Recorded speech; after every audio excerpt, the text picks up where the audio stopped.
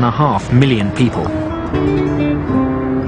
But while the city's natural setting, the mountains and the Han River, are picturesque, Seoul itself is in need of a makeover. 그런 시절을 거치면서 사실은 When we were growing rapidly, it was difficult for Seoul to pay more attention to making the city beautiful. 굉장히 역부족인 그런 상태가 한동안 지속이 됐던 거죠. 그랬기 때문에 불과 몇 년 전. Therefore, Seoul was regarded as a grey concrete city until 5 years ago. 오명을 벗어나기가 쉽지가 않았습니다. Part of it comes down to just the scale of the place. It's sprawling, it's huge, it has a legacy of a lot of particularly ugly housing, and the problem with ugly housing versus ugly office buildings is people live in ugly housing. So it's going to take a very, very long time to regenerate a lot of those areas. If anyone can do the regeneration, though, it's certainly the Koreans. The cultural legacy of the city is being rediscovered. This space is a reclaimed oasis in the car-choked streets to celebrate Sejong the Great, one of the nation's founders. This is the latest construction in the city's $102 billion project to make Seoul a design capital.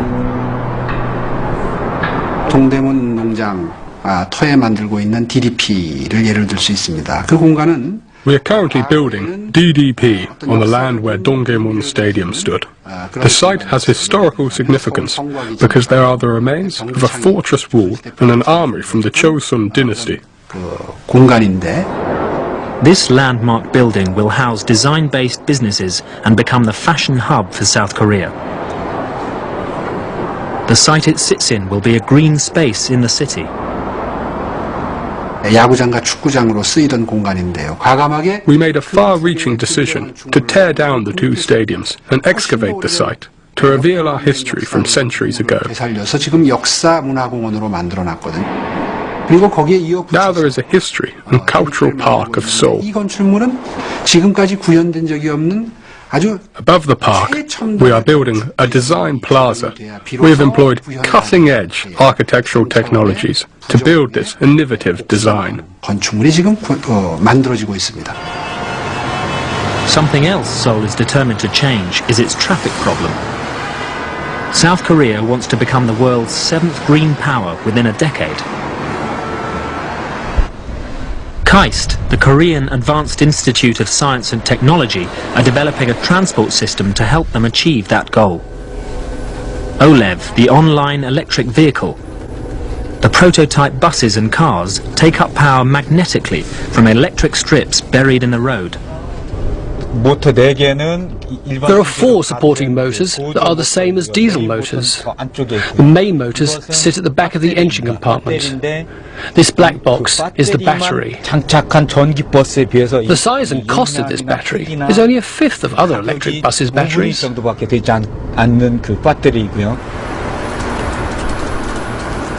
The screen over there has a green indicator for drawing the charge and a yellow one for recharging the battery. OLEV could change urban transport worldwide. And if 50% of Koreans switch to OLEV, the country could reduce its oil imports by 35 billion barrels a year. 운행되는 노선의 한 3분의 1 정도. Only a third of the route needs to be capable of recharging. This system is a dream come true. 운행될 수 있는 정말 꿈과 같은 그러한 시스템이죠.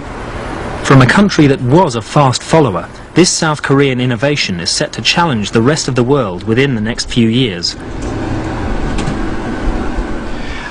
이러한 변화들이 아마 I think we will amaze the world with this innovative advance in transportation. 세계에 퍼져나갈 수도 있다고 저는 생각을 합니다. While South Korea's industry has been focused for 60 years on exports, the city's tourism boss is focused on importing visitors. It's a green city, and we've been attracting a lot of tourists. In 1980, we had 1 million visitors, or not quite. 10 years later, it became 3 million. And last year, 2010, we had almost 9 million. One of the great challenges for South Korea right now is that it is bottom of all league tables when it comes to Asian tourism. Tourists don't want to go to South Korea. They want to transfer through the airport. They want to use its airlines. They don't necessarily want to get off the plane. We've invested a lot of time, energy, and money. The result is Incheon International Airport, Seoul's International Airport, has been voted the world's #1 airport for 6 years in a row. South Korea is not yet in the ranks of Asia's top destinations, but it has plans to tempt the world's travelling consumers. We look at Korea today, it is emerging at such a pace that it's almost blindsiding some people right now, because all eyes are on China. Eyes have sort of been on Japan, but certainly we've seen this China focus. But if you talk to luxury goods companies, if you talk to retailers, if you talk to even small trouser manufacturers in Italy, just focusing on the consumer side, they say the most magical part of the world right now is South Korea. Look at the 3 main department store brands. These are not global household names yet, but you've got Shinsegae, you've got Lotte, you've got Hyundai. 3 stores which rival pretty much anything in Tokyo. They beat the pants off of anything in Hong Kong. And you can pretty much write off North America, Australia, and Europe. In a very short span of time, our bathroom cupboards or women's cosmetics bags are going to be full of Korean brands that are already billion-dollar companies in their own right. They just haven't gone beyond the borders of that nation yet, but they're on their way. Millions of tourists do come, and thousands